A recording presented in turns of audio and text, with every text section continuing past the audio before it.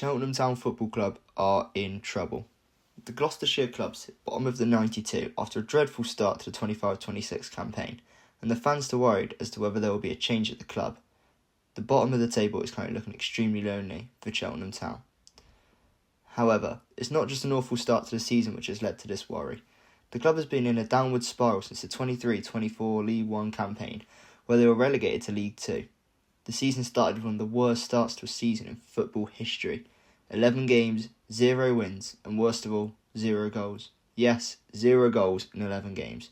The Robins attempted a late survival story with a win against Burton and Peterborough, but they lost to Stevenage to finalise their relegation. The club then appointed ex-Newport and Swindon manager Michael Flynn.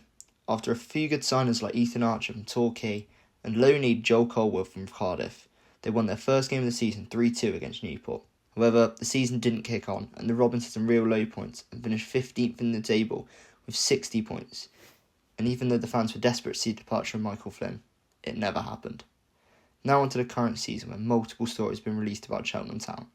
The fans have really pushed for what they wanted, with several takeover rumours in the air.